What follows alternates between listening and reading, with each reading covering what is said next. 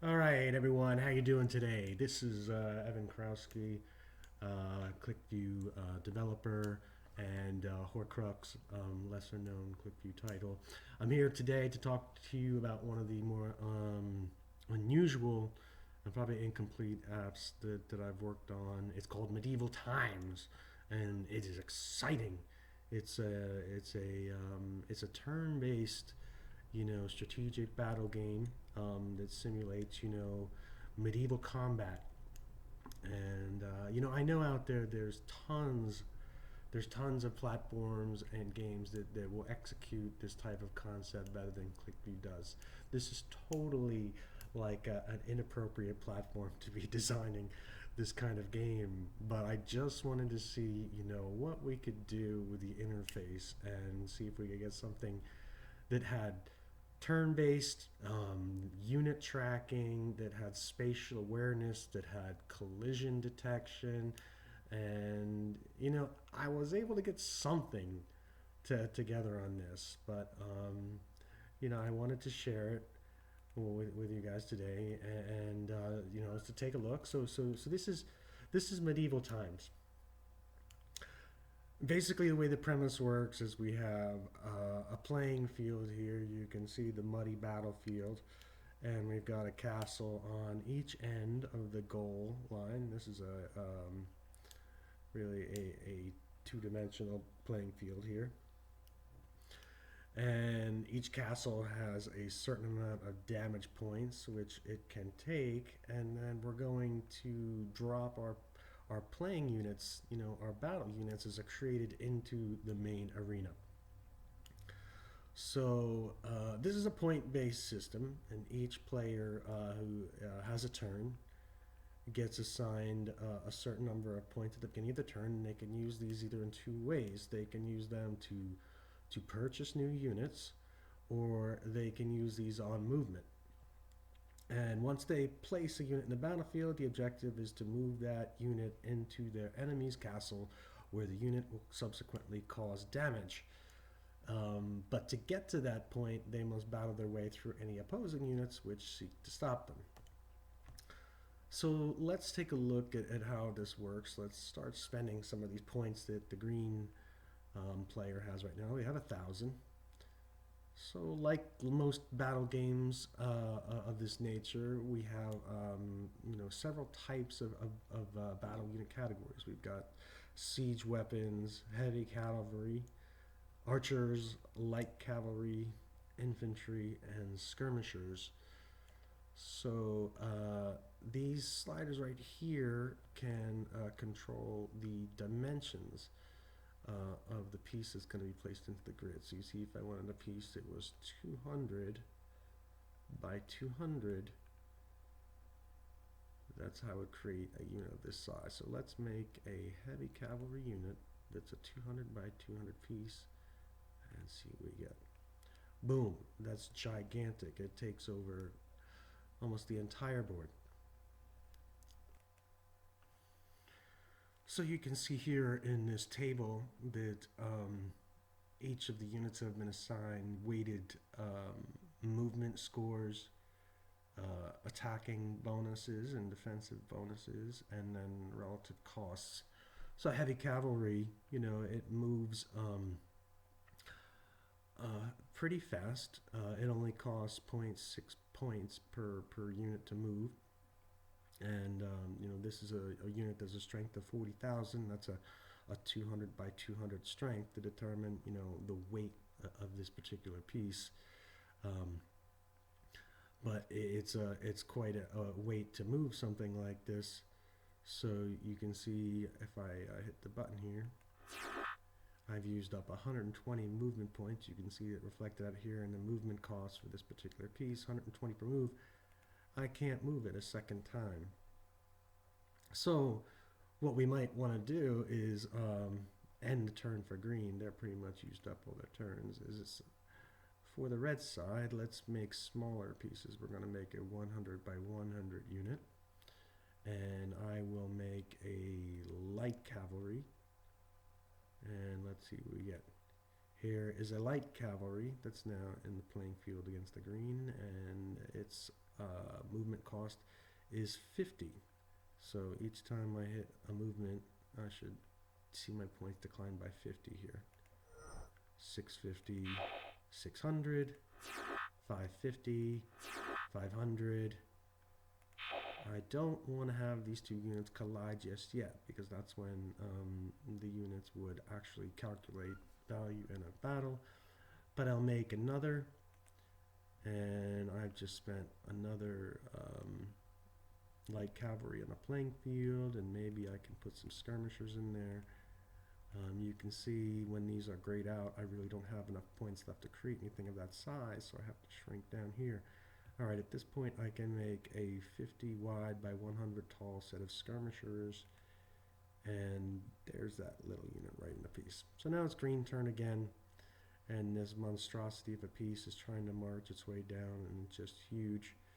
It's going to kind of gobble up everything in its path. Let's make some more pieces. Let's make some archers. Make a 100 by 75 archer, and we'll move them out of the way. So I want to point out, when units are touching and they're attacked by a unit, they draw strength. The game knows that the pieces are overlapping, and all overlapping pieces increase their defense bonuses and attack bonuses.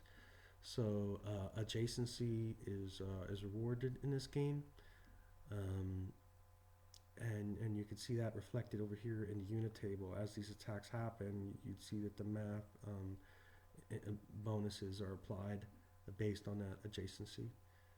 So I can make another archer unit here. I mean, the possibilities are pretty big. I can do any size and unit combination here. There's a lot of ways that this game could go. So I'm just demonstrating the mechanics right now.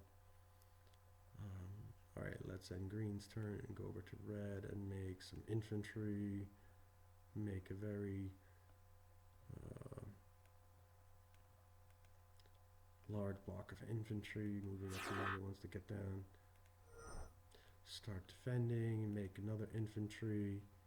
And the battlefield's starting to get a little clustered here, We're going to have to eventually have something attack each other if they want to start making it towards each other's camps. So let's do it. Let's create a siege weapon and see what we get. This siege weapon's going to move up. I'm going to start attacking, and we'll see what we get here. Let's go.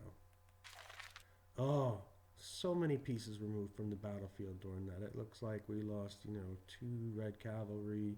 The infantry was wiped out, but everybody here is left, is ready to go. What I can do is activate next piece. I can cycle through.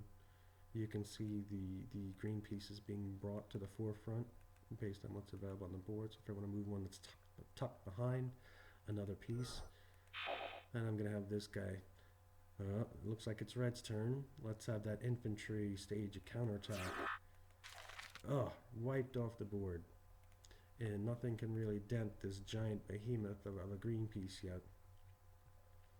So maybe in the future for gameplay, I might eliminate the 200 by 200 and 175 by 175 size. It just seems too big for this playing field.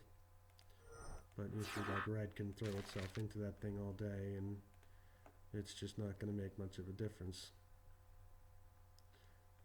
Let's make some siege here. It doesn't really have enough to create siege. There we go.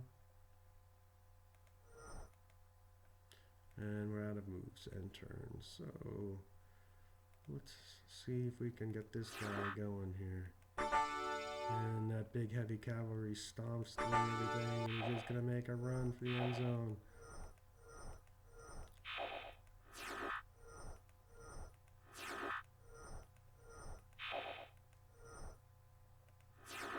Now you can see the castle meter starting to take damage, 0.71%, as the relative weight of this unit moves into the castle end zone.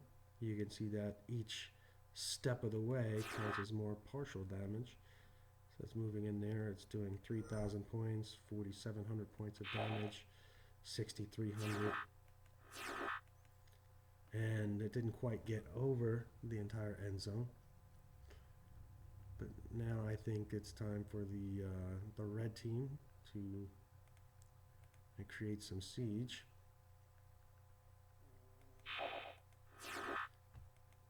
And they've used up their turns pretty quickly. Siege using up a lot of movement points.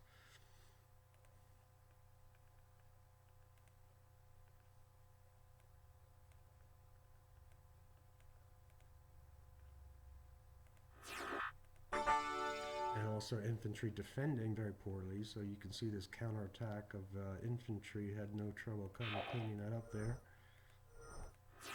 I think it would take a lot of patience to really play this game, but you know, some of these like strategy games are just so intricate, they can take like you know, months. I remember playing, you know, for weeks at a time on some of these total war games where they have such an incredible level of detail.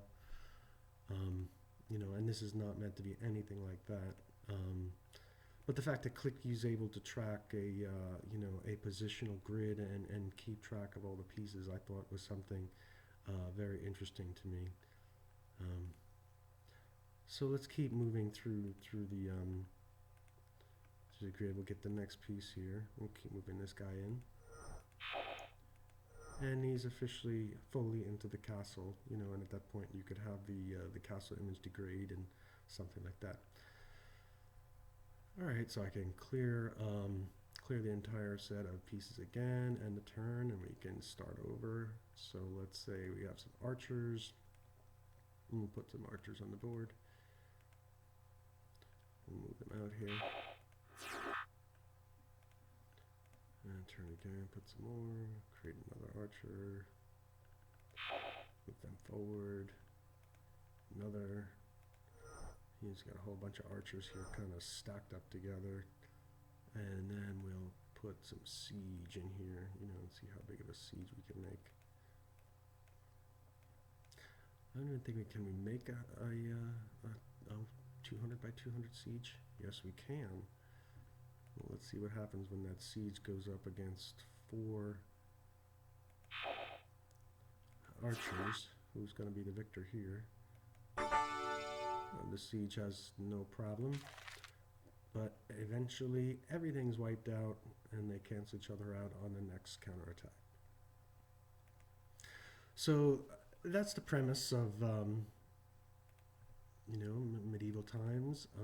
We've got basically a little playing field here, a little arena in which QlikView battle can happen, and you know, we hope you found this interesting, illustrative of the possibilities, you know, just totally different things that you could do with QlikView that are outside of the standard analysis, you know, dashboarding. I hope you enjoyed this, and see you soon.